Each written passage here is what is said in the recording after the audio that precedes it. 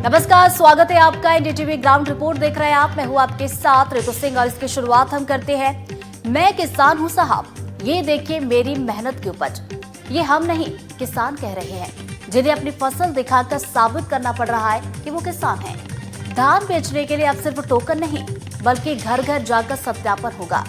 खेतों में धान सड़ रहा है, बोरियां सड़कों पर पड़ी हैं और किसान चोरों की तरह जांच के दायरे में खड़े हैं। ये पूरी रिपोर्ट आप देखिए।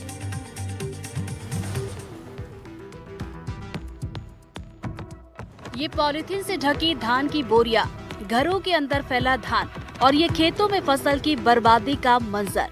धान की कटाई हुए महीनों बीत गए, लेकिन बिक्री न होने से ये धान अब बर्बादी का मंजर देख रहे हैं। धान की फसल उगाई गई, कटाई हुई, लेकिन अब इसे बेचने के लिए किसान दर दर भटक रहे हैं। बेमेतरा जिले में हजारों किसान ऐसे हैं जिन्हें सरकार ने अब तक टोकन नहीं, सबूत लाने को कहा है। सबूत किसान होने का, सबूत इस बात का कि ये फसल उन्हीं की है। राज्य सरकार के नए फरमान के मुताबिक जिन किसानों को अब तक एक भी टोकन नहीं मिला, उन्हें पहले आवेदन देना होगा। फिर नोडल अधिकारी और पंचायत सचिव उनके घर जाएंगे, धान देखेंगे, फोटो खींचेंगे, तब कहीं जाकर किसान को टोकन मिलेगा। प्रशासन किसानों से उनके किसान होने का सबूत मांग रही है। इस फरमान से किसान खुद को ठगा सा महसूस कर रहे हैं। क्या बोले सर, पंजीयन को देखते हुए आदमी यहाँ तो किसान ऐसे परेशान है कि घर में जा जाकर उसका पंजीयन कर रहा है, टोकन है कि नहीं है। भाई धान पैदा किया, हम लोग तो ऐसे लग रहा है कि चोर है, हम लोग चोरी करके ला कर रख लिए हैं, इस टाइप का लग रहा है। और वो जा जाके पंजीयन के लिए, अभी टोकन कटाने के लिए ना घर में जा जाके पूछ रहा है कि धान कहाँ है कि नहीं, जानकारी कर रहा है वो। तो भाई हम तो किसान है ना भाई, उसका पंजीयन देख ले, रिकॉर्ड देख ले, अपना देख के अपना टोकन काट दे वो। हम लोग इससे कोई दिक्कत नहीं है, पर ये आके हम लोग जना चोरी करके ला रहे थे, ऐसे गेट पे पास दिखाओ, फोटो खिंचाओ। भाई हम लोग किसान नहीं, चोर है, इस टाइप की लग रहा है हम लोगों को। किसानों का कहना है कि हम चोर नहीं हैं, किसान हैं, लेकिन प्रशासन हमसे चोरों जैसा व्यवहार कर रही है। प्रशासन के इस नए नियम ने 11,000 से ज्यादा किसानों को सीधे सीधे परेशानी में डाल दिया है। वजह फसल तो है, लेकिन सरकारी कागजों में किसान अब संदिग्ध बन गया है और यही कारण है कि किसान अब फसल बोने पर पछता रहा है। क्या बताऊं भैया, मैं धान की खेती करके मैं बहुत बड़ा पाप कर डाला हूँ भैया। 3 महीने से इतना परेशान हूँ। मेरा एग्रीस्ट को दुनिया भर का सब नियम निकाले सरकार, और खुद ही उन लोग त्रुटि किए हैं और मैं परेशान हूँ। 3 महीने से कोई सुनवाई नहीं हो रहा है सर। अभी तक पूरा धान पड़ा हुआ, आधा धान तो इसी बर्बाद होगा, चूहा हुआ इसके चक्कर में। अब तो सरकार करी सत्यापन भी करेंगे घर में आके, ये भी तो गलत। क्या आके कर लेना, आके कर ले, अभी कर ले आके, हमारा धान पड़ा हुआ है। बेमेतरा जिले में 17,000 से ज्यादा किसान ऐसे हैं जिन्हें एक भी टोकन नहीं मिला। सीमांत किसान, लघु किसान और बड़े किसान भी सब अब सरकारी जांच के दायरे में हैं। सरकार प्रशासन से नाराज है क्योंकि पहले आवेदन और अब ये नया फरमान। हर नए आदेश बस किसान के लिए एक नई परेशानी लेकर आ रहे हैं। ये तो ये हमार किसान हमार उत्पादन करे धान ला, वो गांव में काहे करेला ही किथे हमार धान ला का सत्यापन कभू नहीं हो तैसन करत साले है। तो चोरी चमारी करके लाने होगा, हम किसान आदमी धान ला, ये तो हमार कमाए धान है। तेमा का टोकन बर वो पहली आवेदन दे कहा थे, और आवेदन ला देबो तब वो कोना ही हमार धान ला देखे बर। कांग्रेस और किसान संगठनों ने सरकार पर आरोप लगाया है कि जानबूझकर टोकन रोके गए और अब सत्यापन के नाम पर किसानों को अपमानित किया जा रहा है। कि भारतीय जनता पार्टी किसानों के साथ छल कर रही है। अपने वादे के से मुकरने का काम भारतीय जनता पार्टी की विष्णुदेव साय जी की सरकार कर रही है। एक एक दाना धान खरीदी करने की बात और वादे करके सरकार में आने के बाद आज अपने वादों से सरकार मुकर रही है। किसान धान बेचने के लिए काफी परेशान हो गए। बहुत मशक्कत किसानों को करनी पड़ी। पहले लिमिट के नाम से परेशान रहे, टोकन के नाम से परेशान रहे। 31 जनवरी अंतिम तारीख है। सरकार को पहले से अनुमान था कि धान खरीदी कितनी समय अनुमानित छत्तीसगढ़ में खरीदी प्रस्तावित है, और उसकी आधी भी धान खरीदी आज दिनांक तक नहीं हो पाई है। कुल मिला के सरकार धान खरीदना नहीं चाहती। बेमेतरा में 1,64,000 किसान पंजीकृत हैं। लेकिन अब तक सिर्फ 58% ही किसान धान बेच पाए हैं। राज्य में भी 8 लाख से ज्यादा किसान अभी इंतजार में हैं और धान खरीदी के लिए सिर्फ 15 दिन बचे हैं। खेतों में सड़ता धान, खुले में पड़ी बोरियां और टूटता किसान कमर, ये बताता है कि व्यवस्था कितनी कमजोर है। बेमित्रा की धान खरीदी व्यवस्था की ये सबसे बड़ी तस्वीर है। सरकार भले ही पारदर्शिता के नाम पर सत्यापन की बात कर रही हो, लेकिन जमीनी हकीकत तो ये है कि किसान आज भी अपनी फसल के साथ साथ अपनी पहचान भी साबित करने को मजबूर हो गया है। एक तरफ 15 दिन में खरीदी खत्म होने की समय सीमा, दूसरी तरफ हजारों किसानों को अभी टोकन का इंतजार और ऊपर से घर घर जाकर जांच की प्रक्रिया। अब सवाल ये है कि क्या ये व्यवस्था किसानों को राहत दे पाएगी या फिर खेतों में खड़ी फसल की तरह उनकी उम्मीदें भी सूखती चली जाएंगी। एनडीटीवी के लिए सुजीत शर्मा की रिपोर्ट।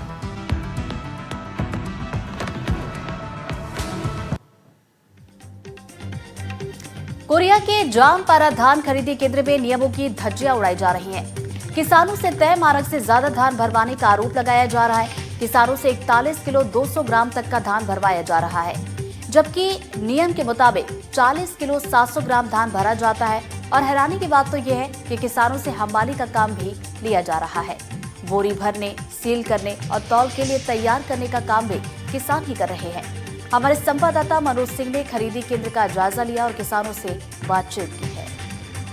ये बताइए कि पर बोरा कितना धान दे रहे हैं? 41 किलो 200। तो आपको ये मालूम नहीं है कि शासन द्वारा मात्र 40-700 40-800 लिया जाता है? शासन द्वारा तो है सर, लेकिन बोल रहे हैं कि 41 भरो 41 प्रबंधन जी। अच्छा, ये बताइए हमाली की व्यवस्था कैसी है? मतलब जो है धान ऊपर चढ़ाने उड़ाने की जितनी व्यवस्था, ये यहाँ से की गई है या अपना खुद लेके? अपना करना पड़ता है सर। तो हर साल करते हैं? हाँ, हर साल करते हैं। तो ये भी जानकारी आपको नहीं है कि ये जो हमाली है ये प्रबंधन से खुद होती है, यहाँ से नहीं मिलता कभी? नहीं मिलता। तो इसकी शिकायतें आप लोग कभी नहीं किए कहीं? अभी तक तो नहीं किए हैं सर। में किसानों को लेकर के काफी दावे किए जा रहे हैं कि किसानों को किसी भी प्रकार की कोई भी समस्या नहीं हो रही, लेकिन कोरिया जिले की बात करें तो कोरिया जिले में किसान शुरू से परेशान है। चाहे टोकन की बात करें, चाहे समिति में और भी चीजों की बात करें, यहाँ पर क्योंकि इससे पहले भी एनडीटीवी की टीम इस सोसाइटी का दौरा कर चुकी है। जैसा कि इस समय हम मौजूद हैं कोरिया जिले के पटना धान सोसाइटी में, जहां हमाल को लेकर के या फिर हम बोले किसानों से जो है धान को लेकर के काफी समस्याएं पिछले बार भी आई थी, और इस बार भी जब हम दौरा किए हैं तो फिर से वह समस्या फिर से दोहराई जा रही है। हमारे साथ किसान हैं, हम चर्चा करेंगे पहले उनसे। आपका नाम क्या है? मोहरलाल। अच्छा मोहरलाल जी, सबसे पहले तो यह कौन सा समिति है? पटना। एक बोरे में कितना धान लिया जाता है? 41 किलो। अच्छा, इसकी जानकारी नहीं कि शासन द्वारा जो है 40 किलो 700-800 ही धान लेना है? ये तो है लेकिन बताए नहीं, बताए हैं लेकिन मांगते हैं सूख जाता है बोलते हैं। अच्छा, मांगते जाता है। अच्छा, वही हमाली की बात करें, हमाली क्या आप लोग की खुद की है कि यहाँ से मिला है? पलटी का? हाँ, हम लोग खुद का। तो शासन द्वारा जो है हमाली यहाँ प्रबंधन द्वारा होना चाहिए, इसकी जानकारी है कि नहीं है आपको? तो ये क्या हर साल हमाली ली जाती है यहाँ पे आप लोग के द्वारा कि पहले मिलता था? हर साल लेबर लेके आते हैं आप? नहीं, इस बार। हाँ। तो जैसा कि आप देख रहे हैं, शुरू से विवादों में रहने वाला पटना सोसाइटी आज भी यही। अब अंदाजा लगाने वाली बात, अब सोचने वाली बात है कि हमाली और धान को लेकर के किस प्रकार यहाँ के समिति वाले लोग भ्रष्टाचार कर रहे हैं। और सबसे बड़ी बात यह है कि प्रशासन लाख दावे कर रहा है कि निगरानी की जा रही है सोसाइटियों में, लेकिन यहाँ पे देख सकते हैं किस प्रकार खुला भ्रष्टाचार हो रहा है। अब देखने वाली बात होगी कि क्या यहाँ पे जो भी टीम है क्या मौके पे आकर के जांच करेगी, क्या यहाँ के लोगों पे कार्रवाई की जाएगी, यह तो देखने वाली बात होगी। एनडीटीवी से कोरिया से मनोज सिंह की रिपोर्ट। बेमेतरा जिले में अग्निशमन सुरक्षा की दुर्दशा का मामला सामने आया। अधिकारी वाहन खरीदने के बजाय अपने आयोग खोरी के चक्कर में खड़े खड़े लाखों की संपत्ति को कबाड़ में बदल रहे हैं। नवागढ़ नगर पंचायत का अग्निशमन वाहन नाथघाट थाना क्षेत्र के पास एक्सीडेंट का शिकार हुआ, लेकिन न तो इसका बीमा है और न ही रजिस्ट्रेशन। प्रशासन की लापरवाही अब न्यायालय तक पहुंच गई है। क्या है ये पूरा मामला, इस रिपोर्ट में देखिए। बेमेतरा जिले में किस प्रकार से प्रशासनिक लापरवाही है, यही दिखाने के लिए आपको मैं जिला मुख्यालय से लगभग 40 किलोमीटर दूर स्थित नांदघाट थाना लेकर आया हूं। मैं आपको तस्वीर दिखाऊंगा। सबसे पहले मेरे पीछे देखिए कि ये तस्वीर है, ये है फायर ब्रिगेड लाल हाथी की, जिसे एक्सीडेंट के चलते यहाँ पर लाया गया है। और लाने का मकसद क्या है और क्यों लाया गया है, ये सबसे पहले दिखाता हूँ। सबसे पहले इसके नंबर पर गौर कीजिए। ये है CG047504। ये है नगर पंचायत नवागढ़ का। इसको किसी काम के लिए अग्निशामक यंत्र को भेजा गया था। इसी दौरान नेशनल हाईवे 130 अकोली के पास जो है नांदघाट थाना क्षेत्र में एक्सीडेंट हो गया। एक्सीडेंट के बाद बकायदा इस पर अपराध क्रमांक चढ़ाकर इसे यहाँ पर रखा गया है।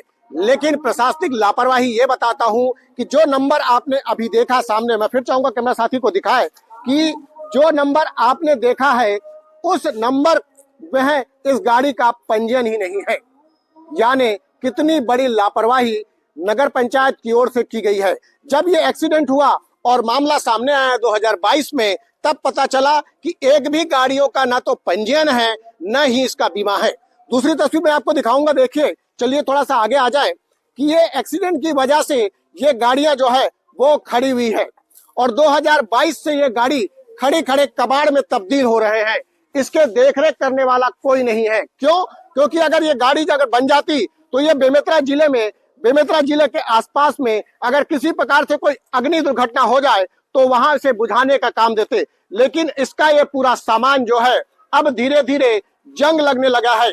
यानी लाखों रुपए में खरीदा ये गाड़ी सिर्फ प्रशासनिक लापरवाही के चलते इसकी स्थिति उत्पन्न हुई है। चलिए मैं आपको एक चीज और बताता हूँ कि किस प्रकार से ये लापरवाही, क्योंकि सबसे महत्वपूर्ण बात यह है कि जब इस गाड़ी को खरीदा गया, जिस भी एजेंसी से खरीदा गया, उस एजेंसी मालिक से इसका बकायदा पंजीयन कराना था। पंजीयन के बाद इसका बीमा होना था। लेकिन कितनी बड़ी लापरवाही है कि इस गाड़ी के ना तो कोई कागजात है ना बीमा है। जब एक्सीडेंट हुआ तब ये मामला सामने आया और 2022 से लगातार ये वाहन इस थाने में खड़ा है और खड़े खड़े ये कबाड़ में तब्दील हो रहा है। अब सोचने वाली बात है कि इस प्रकार की प्रशासनिक लापरवाही को लेकर अब तक कोई कार्रवाई नहीं की गई है और पुलिस प्रशासन भी इसको परेशान है। क्यों? क्योंकि इस गाड़ी को सुपुर्द लेने के लिए कोई नहीं आ रहा है। एनडीटीवी के लिए बेमेतरा से सुजीत शर्मा। दो वाहन जो कंडम स्थिति में है, एक्सीडेंट होने के बाद प्रशासन के माध्यम से उसमें सूद लेनी गई। कुल मिला के ये जिला प्रशासन की उदासीनता है। एक तरफ डीएमएफ के पैसों की बंदरबाट, लाखों करोड़ों रुपए के व्यर्थ में वह जिला प्रशासन के माध्यम से किया गया है, और दूसरी तरफ जो आवश्यकता की चीजें हैं, जो जरूरी चीजें हैं, जिसकी जरूरतें हैं, उनको दरकिनार करके जिला प्रशासन काम कर रहा है। हमारी मांग है कि तत्काल जनहित को ध्यान में रखते हुए, आने वाली गर्मी का समय है, उसको ध्यान में रखते हुए जिले में अगजनी की घटना से हम बच सके, उसके लिए तत्काल फायर ब्रिगेड जो कंडम है, जिसके एक्सीडेंट हुए हैं, दुर्घटना जिसमें हुई है, उसको तत्काल मरम्मत जिला प्रशासन को करना चाहिए और इस और जनहित के कार्यों में भी जिला प्रशासन को अपना ध्यान देना चाहिए। और उसमें फायर ब्रिगेड गाड़ी से जो एक्सीडेंट हुआ था, फिर जो है दस्तावेज जो है पेश नहीं किए गए हैं, माननीय न्यायालय में जो है प्रस्तुत किया गया। उनको माननीय न्यायालय से सुपुर्दनामा लेना है। अब तक जो है कोई सुपुर्दनामा नहीं ली गई है, जिसके कारण वहाँ पे खड़ा है। कई बार सूचित किया गया है कि माननीय न्यायालय में दस्तावेज प्रस्तुत करते हुए सुपुर्दनामा ले ली जाए, जिससे वो जन उपयोग के लिए कार्य में आ सके। सिवनी शहर में ज्यादातर चौराहों पर सिग्नल नहीं है, जिसकी वजह से ट्रैफिक का दबाव बना रहता है। सिग्नल नहीं होने से हादसे का भी डर बना रहता है। जिन चौराहों पर सिग्नल लगे भी हैं, वो या तो खराब है या फिर टूटे हुए हैं। यातायात प्रभारी का कहना है कि सड़क सुरक्षा समिति को बताया गया है, जो सिग्नल खराब है उन्हें ठीक करने के लिए भी कहा गया है। लोगों का दबाव बढ़ रहा है और वाहन भी ज्यादा हो रहे हैं और सिग्नल पहले लगे भी हुए थे। अब वर्तमान समय में कई जगहों पर सिग्नल की आवश्यकता भी है और इस संबंध में सड़क सुरक्षा समिति में हमारे द्वारा सड़क सिग्नल जो लगे हुए हैं, सड़क सिग्नल जो यातायात के सिग्नल लगे हुए हैं, उनको सुधरवाने के लिए बोला भी गया है। सिवनी शहर में लगातार यातायात व्यवस्था चरमराती जा रही है। चौक चौराहे पर देखा जाए तो कहीं पर सिग्नल नहीं है और सिग्नल ना होने की वजह से लगातार आम जनता परेशान होती है और कहीं ना कहीं दुर्घटनाओं का शिकार होती है। फिलहाल अगर बात करी जाए तो सिवनी में राजनीतिक हलचल के चलते पूर्व में जरूर हर चौक चौराहे पर सिग्नल लगाए गए थे, लेकिन वर्तमान में देखा जाए तो शहर के अधिकांश सिग्नल या तो बंद पड़े हैं या तो सिग्नल ही नहीं है। लगातार यातायात विभाग जो है इस पूरे मामले पर ये कहता है कि हमारे द्वारा जो है प्रस्ताव पहुंचाया जाता है, लेकिन कहीं ना कहीं जिस तरह से सिग्नल ना होना आम जनता के लिए एक बड़ी परेशानी बनती जा रही है। वहीं सीनी शहर में जिस तरह दबाव बढ़ता जा रहा है, लगातार ट्रैफिक बढ़ता जा रहा है, उससे दुर्घटनाओं की आशंका लगातार बनी हुई है। जितेंद्र भारद्वाज, एनडीटीवी सीनी। बलरामपुर के शहीद पार्क की बदहाल तस्वीरें इस वक्त प्रशासन की कार्य प्रणाली पर सवाल खड़े कर रही हैं। कभी गुलजार और चहल पहल से भरा ये पार्क अब वीरान पड़ा है।